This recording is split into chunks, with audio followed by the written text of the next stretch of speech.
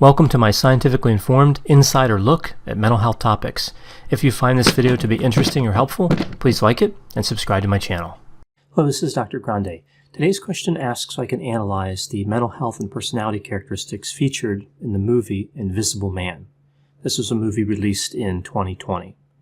So in this analysis, I'll be diagnosing characters and not the actors that play the characters.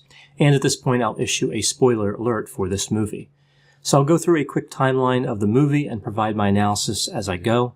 Then I'll provide a summary of the mental health and personality characteristics after that.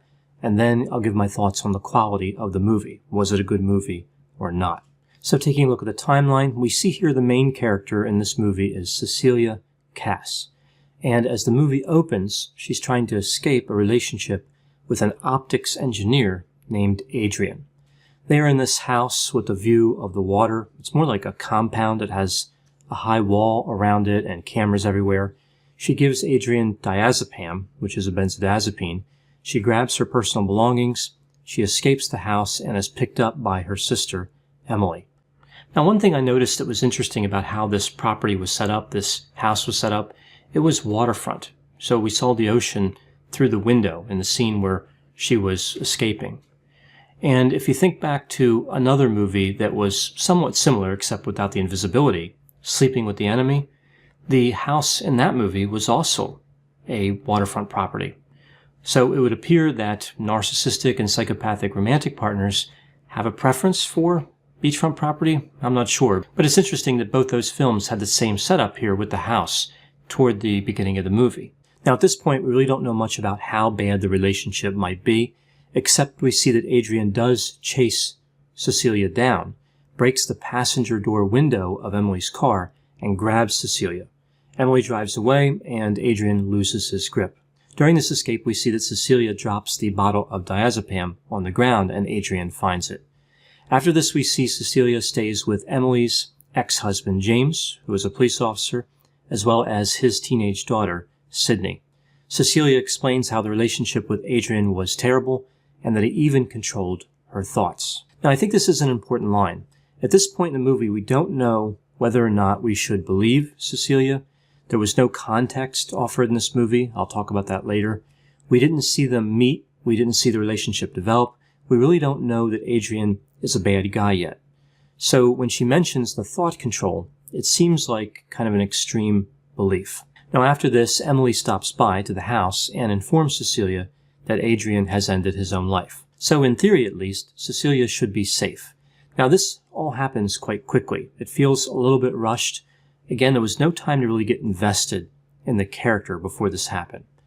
Next, we're introduced to Tom, who is an attorney and Adrian's brother, and he's really representing Adrian's estate. We see that Adrian leaves $5 million to Cecilia to be distributed at a rate of $100,000 each month. So from Cecilia's perspective, things seem to be getting better. She gets more confident, she starts going outside, and then we start to see these odd occurrences. The burner on the stove mysteriously gets turned up and causes a fire. We see this door to the outside is open. Cecilia walks outside. Her breath is freezing, and then we see breath freezing next to her, but no person is there. Now, in my opinion, this is actually an important scene because this is really the first definitive clue that the Invisible Man is real from the point of view of the audience. Now, she's sleeping in the same bed with Sydney later on, and we see the blankets are pulled off, and we see a flash from a smartphone taking pictures. Cecilia wakes up and tries to pull the blanket back toward her, and it's stuck on the floor. She sees footprints holding it down. She calls for help, and James comes into the room, but no one is there. Cecilia goes to a job interview, again trying to rebuild her life, and she brought a case with her that contained, in theory, work that she had done before, like examples of her work. But when she opens up the case, the examples are missing. She panics at that point and passes out. She's taken to the hospital, and later she finds out that she had diazepam in her system. She finds the same bottle of diazepam that she dropped during her escape on the sink of her bathroom. Now, this scene moved kind of fast, too. We went from her being optimistic, and it seemed like she was going to get that job, to being in the hospital. So it really underscored the destructive capability of the Invisible Man. It wasn't only weird things happening around the house that would be frightening. Here we see the first situation with consequences that were more than fear. Cecilia meets with Tom and James and presents this theory that somehow Adrian has developed a way to become invisible and is harassing her. The unexplained events, in her mind, are now explainable. At this point, we see no one's really believing her. There's this mysterious email that was sent from her account to her sister, which caused a lot of tension between them. Later on, we see that Cecilia is talking to Sydney, and Sydney apparently gets struck in the head and falls to the ground. James comes in and takes Sydney away and leaves Cecilia alone in the house, clearly disgusted at what he believes to be Cecilia's behavior. So here we see that Cecilia feels like she's going insane. Nobody believes her, her relationships are being destroyed, her credibility is destroyed as well. This is like gaslighting on steroids. The Invisible Man has taken everything and made it appear that Cecilia did this to herself. A great metaphor for relationships with narcissists. The Invisible Man was trying to break her down in order to possess her. So this is kind of an odd point in the movie in terms of what Cecilia does. We see Cecilia was scared in the beginning, then she becomes confident, and at this point she seems both scared and confident. So Cecilia is sitting there on the floor holding a knife and talking to Adrian, although she's really not sure he's there, and she decides to call his cell phone. And we hear the cell phone starts ringing and vibrating, and it's coming from the attic. So she goes up there to see what's going on. She finds the phone. She finds the missing architectural drawings. This leads to the first interaction between Cecilia and the Invisible Man, where she is absolutely clear that he is invisible. She may have doubted herself before with all those odd occurrences, but now she knows beyond any doubt. Cecilia dumps paint out of the attic down toward the first floor, and there's a ladder there that she used to get up there. He was standing on the ladder, so now we see he's covered in this white paint. He's wearing some sort of suit. His head looked like a big golf ball, which was a clever movie effect, but it got me laughing, and I don't think it was supposed to have done that. I think they should have made him look a little bit more menacing. People usually aren't that scared of golf balls. Either way, after this paint was dumped on him, there's this struggle, they fight a bit, and Cecilia flees the house and goes back to Adrian's house, where she finds another one of these invisibility suits. She can't manage to get out of the house because the Invisible Man shows up, but she does manage to hide it before he attacks her again. She escapes from that attack and goes and has a meeting with her sister Emily at a restaurant. During their conversation, a knife comes up and slashes across Emily's throat, killing her. The knife leaps into Cecilia's hand. Onlookers are horrified.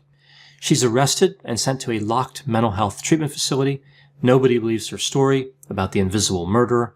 She finds out she's pregnant while she's there, and this is surprising because she believed she had been taking birth control, just another indication that Adrian was controlling her. She is visited by Tom, and he tells her to go back to Adrian, and all this can go away. So the criminal charges and all the other difficulties she's having, they can be gone.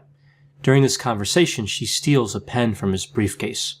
Later on, she starts cutting herself like she's going to harm herself, and the Invisible Man intercedes, attempts to stop her. She stabs him with the pen and partially disables his invisibility suit. Then both the Invisible Man and Cecilia escape the most heavily guarded, locked mental health facility I've ever seen, right? Not only were there a large number of police, they were all carrying pistols. I wouldn't have been surprised if one of the police officers pulled up in like a tank. At that point, there was so many people running around with these firearms. Now, the Invisible Man manages to kill or incapacitate everybody who's in his way, and Cecilia is chasing him but escaping at the same time. The Invisible Man confronts her outside the hospital and warns her that he's going to harm people that she loves. So I was disappointed with the scene. I felt like one of the strengths of the movie was its ability to build tension in a subtle way. They could have featured fewer police officers and had a murky battle between the Invisible Man and the police officers, one that didn't offer concrete evidence that Cecilia was correct. I think this would have worked a little bit better in the film. This leads to a confrontation back at the house of Sydney and James. The Invisible Man attacks them and knocks them both down. Cecilia shows up and uses a fire extinguisher to make the Invisible Man visible and shoots him 4 times in the chest with a semi-automatic pistol that she had stolen from one of the many police officers back at the mental health facility. She removes the mask of the Invisible Man, and it's Adrian's brother, Tom. The police find Adrian tied up in the basement of his house, so at this point, Adrian and Cecilia are both considered not guilty. Tom, in theory, was the perpetrator. So now we come to the final scene. Cecilia goes to Adrian's house. She's wearing a wire. James is listening in. She is eating dinner with Adrian, trying to convince him to confess. That's clearly not working, so she excuses herself, retrieves the invisibility suit that she had hid there before. Now, the movie doesn't show this, but it's fairly safe to make that assumption. We see that Adrian is killed by a knife in the same manner that Emily was killed. So Cecilia leaves as James is running up, having heard all the commotion because of that wire, and he sees that she has the invisibility suit in her bag, but he lets her leave anyway. So now moving to the mental health and personality characteristics, we see some interesting dynamics in this movie that have a parallel with relationships involving a narcissist. Adrian appears both narcissistic and psychopathic. On the narcissism side, we see a sense of entitlement, self-centeredness, he's controlling, manipulative, and he has this fantasy of an ideal love. I really like the way the movie portrays this fantasy as destructive. As Adrian tries to pursue the ideal love, he destroys the person that he loves. So it's really pathological love, which of course is not love at all. On the psychopathy side, we see he's cold, callous, aggressive, and has no empathy. Tom, his brother, would be classified as a narcissistic agent. Sometimes these agents are referred to as flying monkeys, a reference to the Wizard of Oz. They do the work of the narcissist. Now, at the end of the movie, of course, Adrian tries to convince Cecilia that Tom was really the mastermind, so he was really the narcissist.